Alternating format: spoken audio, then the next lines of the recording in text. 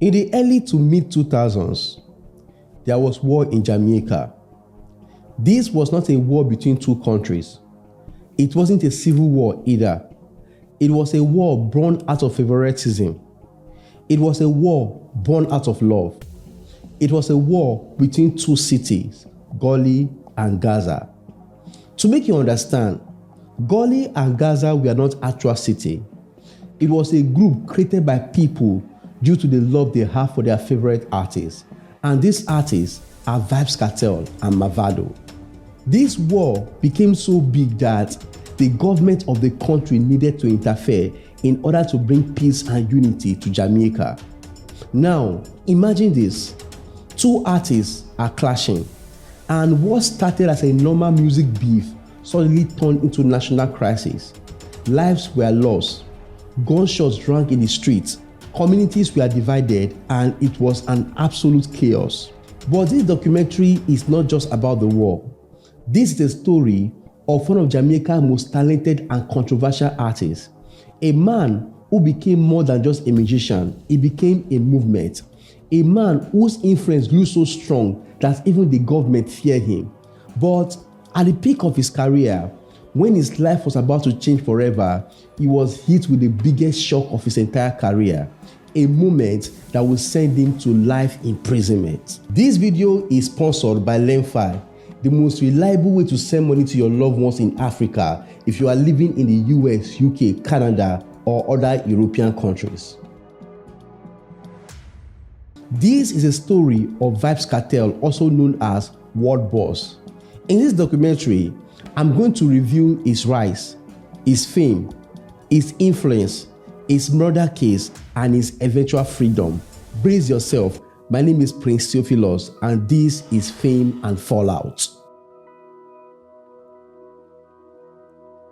To understand the story of Vybz Kartel and the war that broke out between him and Mavado, let me take you straight to Jamaica, the very place where everything started. Vybz Kartel was born Adija Azim Palmer on January 1976. He grew up in a tough neighborhood called Waterford in Portmore, Jamaica. Life was not easy in that part of the country. It was filled with poverty, violence, and struggles.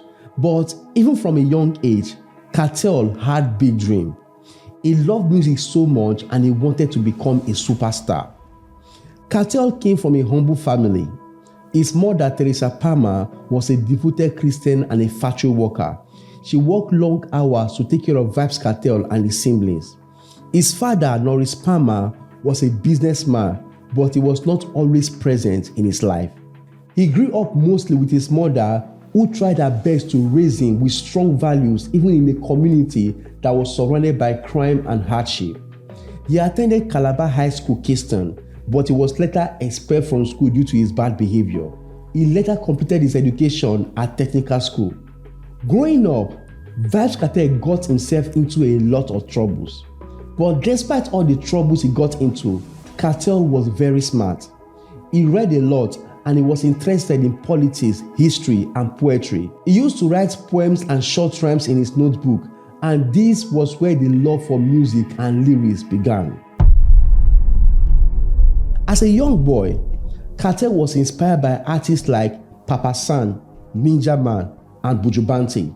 He admired their confidence and style. He listened to them on cassette tape and practiced their flow. He wanted to be like them, bold, raw, and powerful on the mic. So he started writing songs and performing under the name Adi Barrington, inspired by Buju Banton, one of his early influences. He was just 12 years old when he released his first single titled Love Fast Women, but this was only the beginning. After finishing school, Kartel focused fully on music. In the early 1990s, he formed a group called Vybz Kartel with two of his friends. They recorded several songs together, but the group didn't last long. But even after the group ended, Kartel kept the name of the group and changed the spelling to Vybz Kartel. He started performing at local shows and stages and building his reputation in the streets. His lyrics were clever, his delivery was sharp, and he had a fearless attitude that made people pay attention to him. He wasn't afraid to talk about real life in the ghetto, poverty, crime, politics, and survival. People in the inner city connected with his music because it sounded like their own lives. Kartel recorded for many small producers during his time, and he would take any opportunity to get into the studio. Sometimes he would walk miles just to deliver a demo tape. But regardless of all the struggle, he was determined. He knew he had talent, but he needed the right platform to show the world his talent. In the year 2000, Bounty Killer, one of the most respected figures in Jamaican music, heard about Vybz Kartel and he was interested in working with him. Bounty Killer was a founder of The Alliance, a powerful group of dancehall artists that included Elephant Man, Busy Signal, Blink Dog, and later Mavado. Vybz Kartel started writing songs for Bounty Killer and others in the crew, and his writing skills was top-notch. He wrote with speed, wit, and a unique style. Bounty Killer recognized his potential and welcomed him into the Alliance. This move was a major turning point in Vybz Kartel's career. Being part of the Alliance gave Kartel the exposure he needed. He started performing on big stages, including major shows like Sing, Sumfest, and Champions in Action. These were big shows in Jamaica.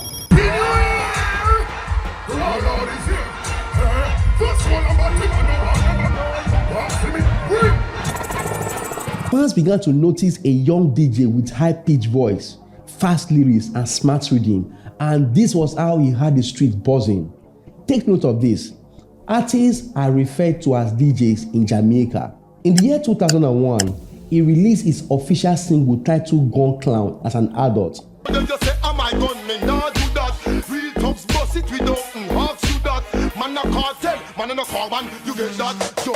That song pushed him into limelight and it was widely accepted in Jamaica. In 2002, Kartel had his breakout year as he released series of hits that took over the airwave and dancehalls in Jamaica. He released songs like Guns Like Mine, Bad Man, and Mosai, and these songs showed his range from hardcore gangster lyrics to spiritual and uplifting rhythms. That same year, he was crowned DJ of the Year by Stone Love Sound System, a huge honor in dancehall culture. Vybz Kartel was now a star, but he wasn't satisfied. He wanted more. He wanted to change the game. In 2003, he dropped his debut album titled Up to the Time. It was a hit album packed with street anthems and dance floor bangers. This album helped solidify his name not just in Jamaica, but across the Caribbean and diaspora community and around the world.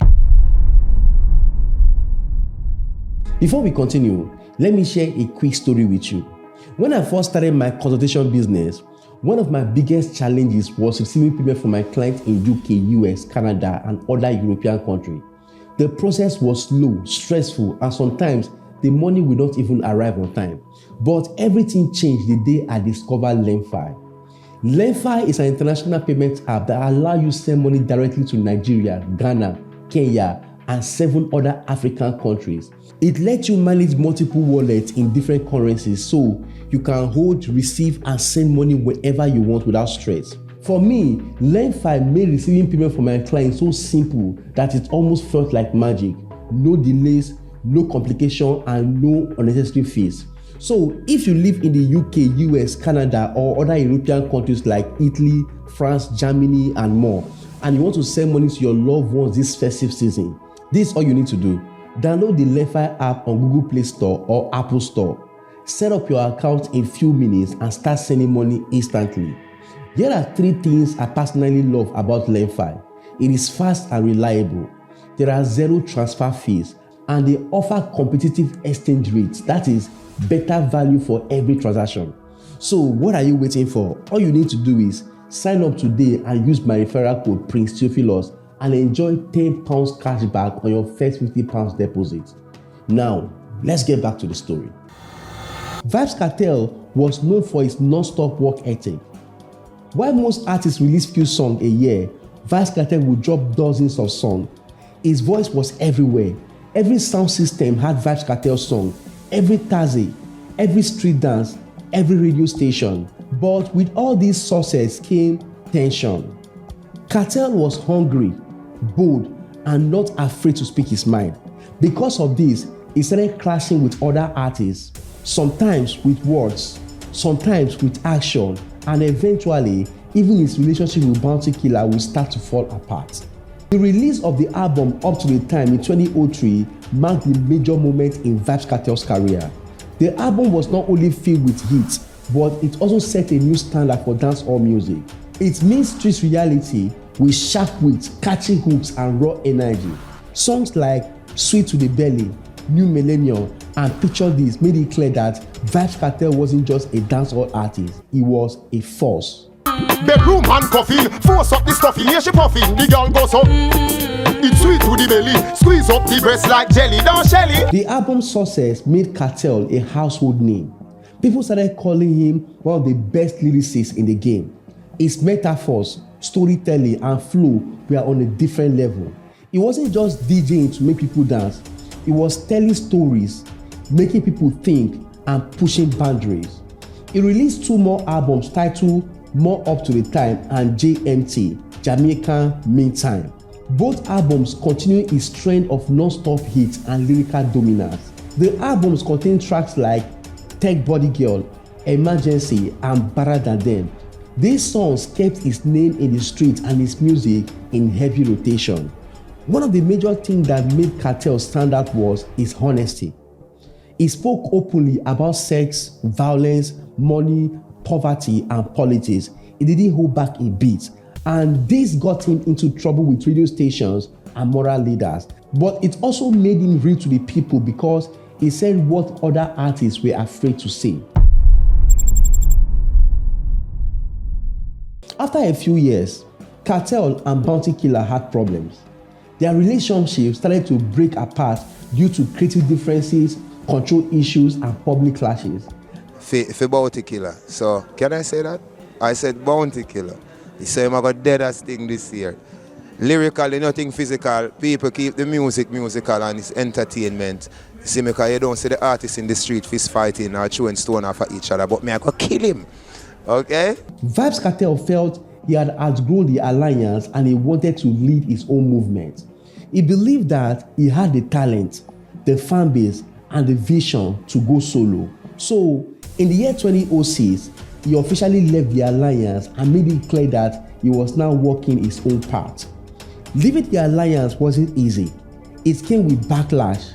Bounty Killer publicly criticized Kartel and some of his fans were disappointed, but Kartel didn't back down.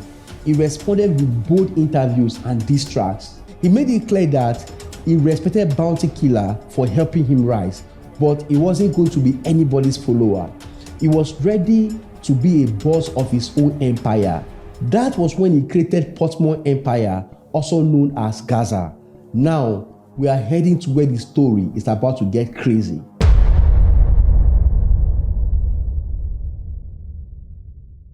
Gaza was more than just a crew, it was a movement. He signed new young artists like Popcan, Javinci, Lisa Hyper, Tommy Lee Sparta, and Sean Storm. He gave these artists a platform and pushed them into spotlight. Some of them went on to become major stars in Jamaica. Despite the fame, Vybz Kartel was always surrounded by controversy. He clashed with artists, critics, and even government officials because he wasn't afraid to say what he felt. He often accused the media of being biased and claimed the system was trying to hold him back. Some people love him for his honesty. To many other people, he was out of control. By this time, Vybz Kartel fame had exploded. But behind the scenes, trouble was building.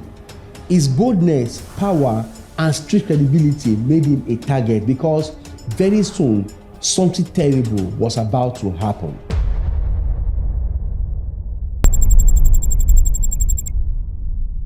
Around 2008, Kartel's biggest beef started, and it was with Mavado, the artist that was with him in the Alliance crew. To understand this beef, we need to first understand who is Mavado.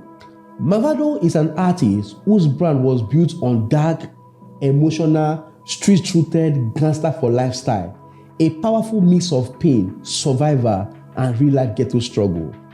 Coming from Cassava Peace, one of Jamaica's toughest communities, Mavado carried the voice of the streets. His look was rugged and militant, black clothes, hoodies, boots, and a cold, fearless aura. To many youths, Mavado represented the real hardship and real loyalty. A man who lived by the code of the street and never pretended to be anything else. This authenticity made him a hero in the ghetto and a perfect rival for Vybz Kartel, and his fan base was called Gully. Vybz Kartel's brand was built on sharp lyrics, rebellious energy, and cultural influence. Together, their clash wasn't just a music war. It was a battle between two powerful identities in Jamaican culture. At first, the tension between the two of them seemed like a normal lyrical competition. They threw subtle jabs at each other in their songs. But things changed quickly when Mavado released a song titled Mr. Palmer, a direct diss aimed at Vybz Kartel. New name fin farmer, Mr. Palmer, got me for me X5, so me sing the psalms that. He accused Kartel of being an informer, among other disrespectful things. But Kartel didn't hold back. He responded with his own diss track titled Mafia Affidage. What started as a music quickly spilled into real life. The fans of the both artists began taking sides. The country became divided into two groups, Gaza and Gully. Gaza represented Kartel and his crew from Portmore, and Gully stood for Mavado and his roots in Cassava Peace, Kingston, Jamaica. It got to the extent that people painted graffiti on walls showing support for their side. Fights started happening at parties and in schools. Even children began identifying themselves with Gaza or Gully. And to make it worse, vendors started selling CDs and t-shirts showing violent images. Some of them even printed fake pictures of each artist holding each other's wounded head. The beef wasn't a joke anymore. It became a national crisis. There were reports of shooting and stabbing. Some tourists were even harassed or attacked for playing the wrong artist song in certain communities. The situation was out of control. It was like a fight between two cult groups. Things got so bad that the Jamaican government had to step in. In March 2008, the Prime Minister Bruce Gordon and law enforcement called both artists, Kartel and Mavado, to a special press conference. Surrounded by police and the media, both artists were told to publicly shake hands and declare peace, and they did. For a while, it worked. There was silence between both camps. Proposed a joint treat between both artists at locations to be identified before Christmas. But by late 2008, the beef was back again. The artists clashed again at Sting 2008, one of Jamaica's biggest stage shows. Vybz Kartel showed up in full camouflage gear, ready for lyrical war. Mavado came dressed as a police officer, mocking Kartel. The two of them went back and front on stage with a heated lyrical battle. Mavado eventually walked off the stage, and Vybz Kartel fans declared him a winner. Mavado fans disagreed, claiming the real champion had already left the stage. What this crazy left white? This was not like. Yo, and I'm going to be here. Step got to go to the white here. Never know. This, you want to get hungry. So be good, the body of life only. And I got to talk to the After the show, the battle between the fans started again. This time, there was more violence and division. The Prime Minister had to step in again for the second time. On December 2009, another meeting was held. This time, it was more serious. The government laid out conditions for both artists and their camps that they had to stop the war for good. After the meeting, the beef seemed to calm down. Both artists went their separate ways. Mavado focused on his international career and later moved to the United States, but Vybz Kartel stayed in Jamaica, still at the center of the music and the street. But the good thing about the beef was that it helped both artists. It gave them more fame, more fans, and more attention. But it also showed how dangerous music could be when the street gets involved. The Gully and Gaza war changed Jamaican music forever, and for Vybz Kartel, it marked the beginning of even deeper problems.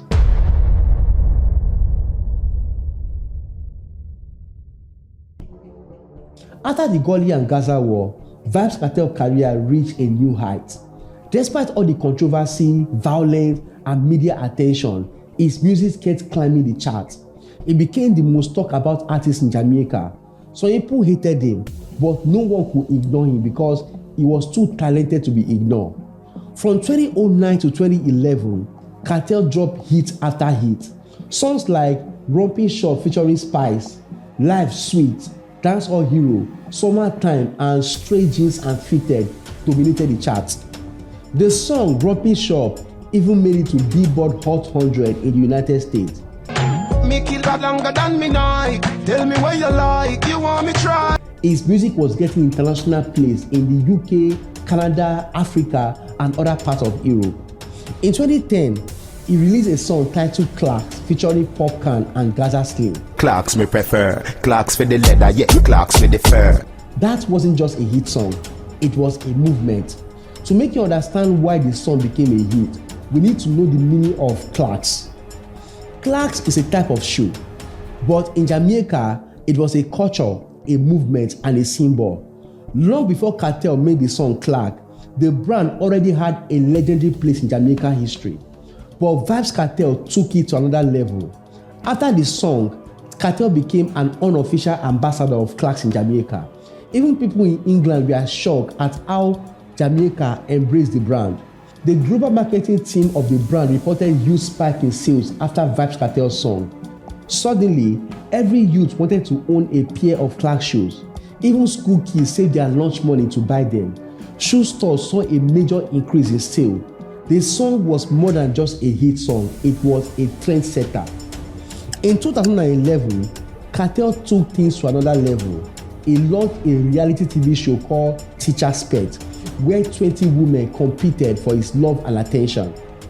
The show aired on local TV and online, and it became very huge. His fans tuned in weekly to see the drama, the romance, and Kartel's raw personality. One thing about Vybz Kartel was, he always finds a way to create a new trend. He doesn't care if it's a good trend or a bad trend, as long as he satisfies himself. So one day, he made another decision that will affect all the youth in Jamaica.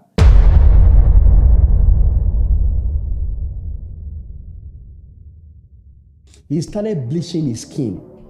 Vybz Kartel's decision to bleach his skin caused a national debate. He went from being Black Kartel to White Kartel, as people call him. He said he was expressing himself, but he was accused of promoting self-hate and colorism. And just when you think his fans will hate him for it, thousands of his fans copied him. Bleaching products became more popular, and Vybz Kartel even released a song titled Cake Soap to explain his choices.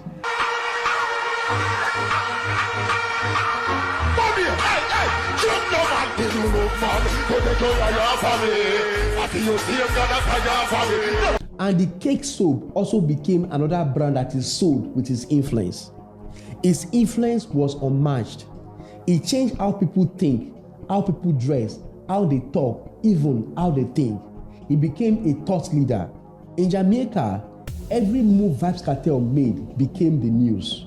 He introduced new style of dancehall, faster, edgier, and more lyrical. He didn't just set trend, he became the trend. Even with all the fame, Kartel stayed connected to the streets. He continued to speak for the poor, the ghetto youths, and those who felt voiceless. He often said that he was the voice of the people. But while Kartel was living large on the outside, something dark was building on the inside, because what will happen next will shock you.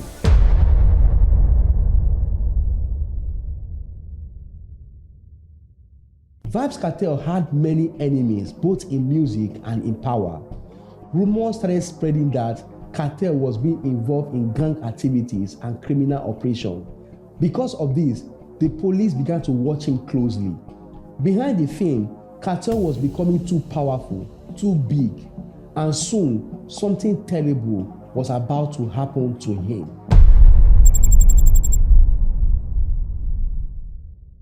On the 29th of September 2011, something terrible happened. Vybz Kartel was arrested by Jamaican police for possession of small amounts of ganja, marijuana. At first, it seemed like a minor charge, but things escalated quickly. Just a few days later, on the 3rd of October, the police shocked the entire public by upgrading his charges. Kartel was now accused of murder. Yes, murder. And the victim was a man named Barrington Burton. Barrington was a well-known promoter and businessman from Portmore, the same area Vybz Kartel called home. In June 2011, Bossie was shot and killed on Workers Avenue in Gregory Park. Just months later, police accused Kartel and several associates of planning and carrying out the murder. The case exploded across the media, and for the very first time, Vybz Kartel's name was tied directly to a serious criminal investigation. His fans were shocked. People demanded answers, and the entertainment industry watched as Vybz Kartel faced charges that threatened to end his entire career. But in a surprising twist, when the case went to court, the evidence was not strong enough and Vybz Kartel was found not guilty. However, the relief didn't last because a bigger case was coming his way. Before Kartel could breathe from the case of Bossie, the police came back and charged him with another murder, the death of a man called Clive Lizard Williams. This case was even bigger. Authorities claimed that Kartel and his group of associates had beaten Lizard to death at his house in Heaven Street. What made Lizard's case more serious was the type of evidence the police had. They found text messages, voice notes, and even video footage that linked Kartel directly to the crime. According to the police, Kartel and his team were angry because Lizard lost 2 of their guns. The text message that went viral across the media goes like this: "Between me and you, I chop up the Lizard boy fine and dashing.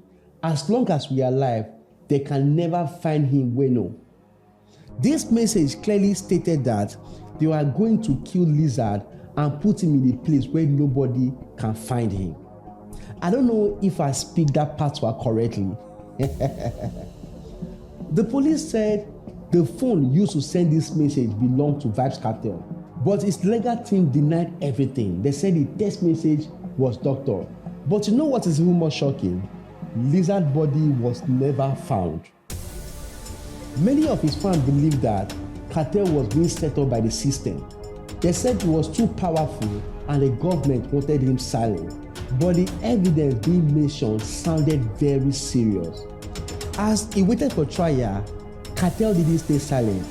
He released a book called The Voice of the Jamaican Ghetto. In that book, he said the system was trying to destroy him because he spoke too much truth. His fans started a protest tagged Free Worl Boss, claiming the charges were fake and called for his release. At the same time, some people said his arrest was long overdue. They believed he has crossed the line too many times. Because of this case, his reality TV show Teacher's Pet was cancelled eventually. The show had only begun, but now it was off air. Business deals started to fall apart. Sponsors pulled out. But even with all these things that were happening, Kartel's music was still being played. Because even in jail, Vybz Kartel kept releasing songs and his fans were listening. What was supposed to be the biggest moment of his career suddenly became the darkest. And the worst part is, the real battle hadn't even started yet.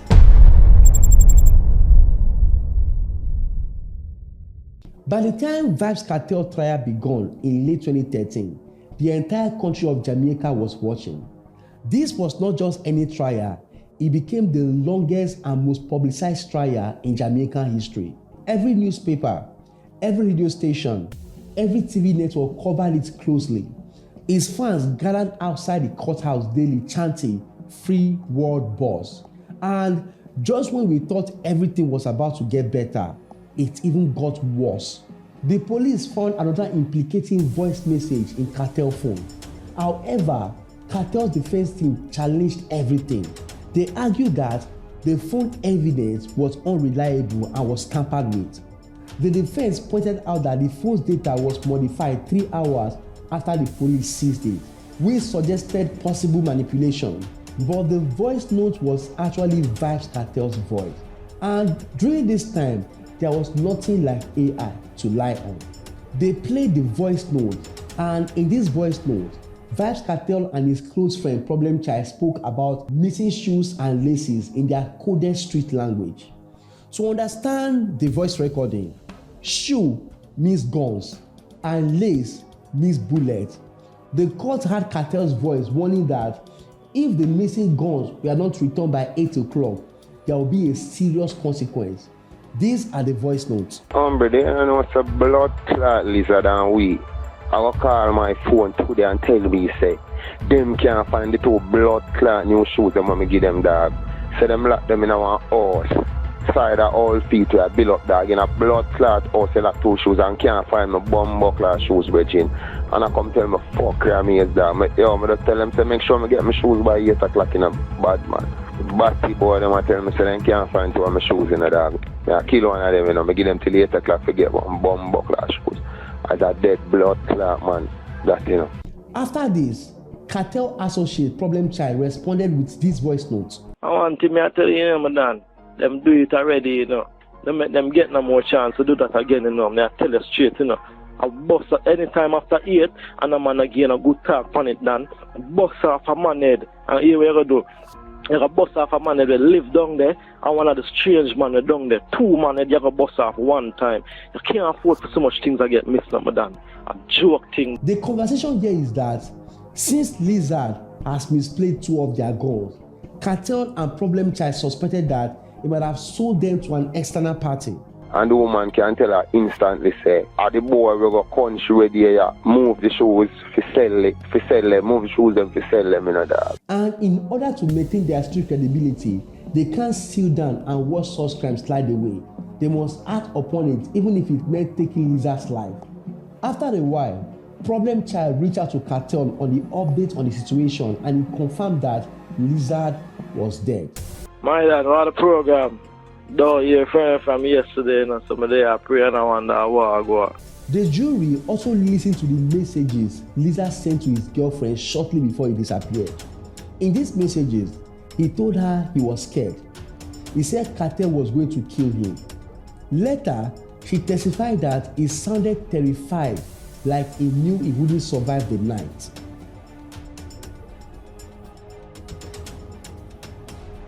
Another major part of this case was a video the police found on Kartel's phone. The video showed Kartel and his friends preparing for violence.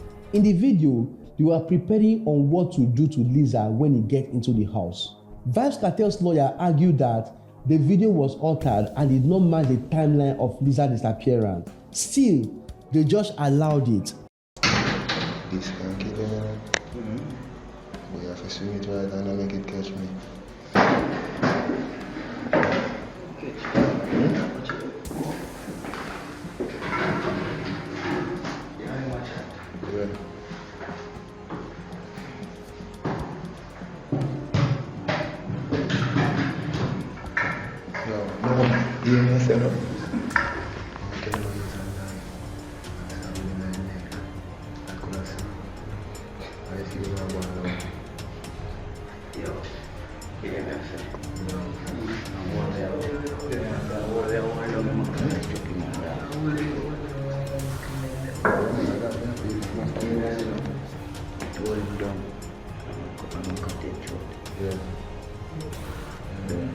With that video, it became even harder to defend Vybz Kartel. The trial lasted for 65 days, and on March 13, 2014, the jury returned a guilty verdict. On April 4, 2014, Kartel was sentenced to life in prison, with eligibility for parole after 35 years. The country exploded with emotion. His supporters protested. Some people believed justice had been served. Everywhere in Jamaica was divided, but one thing was certain: this was the fall of the Worl Boss, or so it seemed. Vybz Kartel was sent to Tower Street Adult Correctional Center, one of Jamaica's highest security prisons, the same place where some of the country's most dangerous criminals were locked up. For a man who once performed for thousands of people, traveled freely and lived like a king, this was a brutal change. Prison life for him was hard. He was locked up in a small, dark and hot place. The conditions there were rough. The prison was overcrowded and the facilities were old. In prison, Vybz Kartel began suffering from grave diseases, a serious typhoid condition. His eyes were swelling, his face changed shape, and his body became weak. He complained many times that the prison was killing him slowly. He said the environment was dirty, infested, and dangerous. His lawyers begged the court to allow him get proper treatment. There was nothing they could do without several approval because the guards were watching him very closely. But even with all this pressure, something unbelievable started happening. New music began dropping regularly.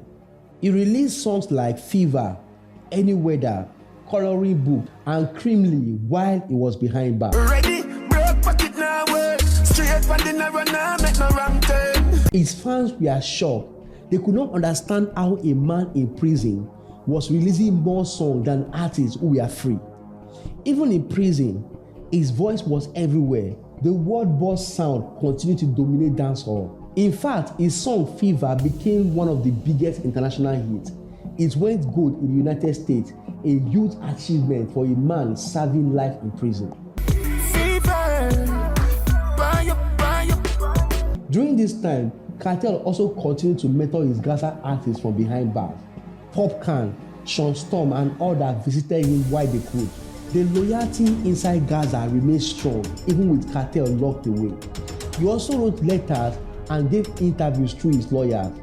He told his fans to stay strong, to keep supporting him, and to believe that one day he would be free. His legal team kept trying to get him out, but every appeal they filed was rejected. Every request for special medication was delayed. Years passed, but his fans continued to protest for his release. But after 13 years behind bars, the impossible happened. A higher court overseas decided to look into the case, and what they found changed everything.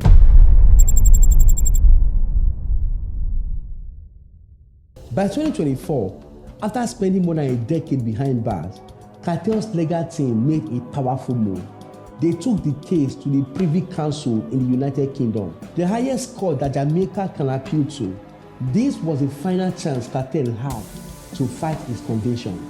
His lawyers presented strong arguments. They said Kartel's 2014 trial was not fair.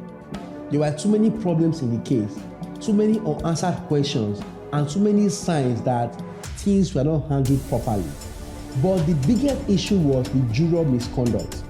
During Kartel's original murder trial, one of the jurors was accused of trying to bribe others into returning a not guilty verdict.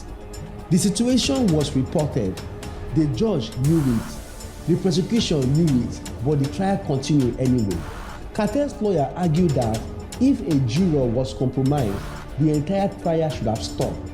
A jury must be clean and trustworthy for a verdict to be valid. After reviewing the evidence, the Privy Council agreed. And in March 2024, they delivered a historic ruling. Vybz Kartel murder conviction was overturned. They said the juror issue made the original trial unsafe and unreliable. This news was huge. Jamaica exploded with reaction. Gaza fans celebrated. Social media went into frenzy. However, this didn't mean Kartel was immediately free. The Privy Council sent the case back to Jamaica's Court of Appeal to decide whether he should face a new trial. For months, the entire nation waited. Finally, in July 2025, the Court of Appeal delivered a decision that everyone had been waiting for. Kartel would not be retried. They said so many years had passed, and holding a retrial would not be fair or practical. Evidence had grown old. Memories had faded, and the legal practical problems were too great to overcome. With that, the path to Kartel's freedom was clear. On July 31, 2025, after 13 years behind bars, Adija Palmer, aka Vybz Kartel, walked out of Tower Street Prison a free man. That moment was raw and powerful.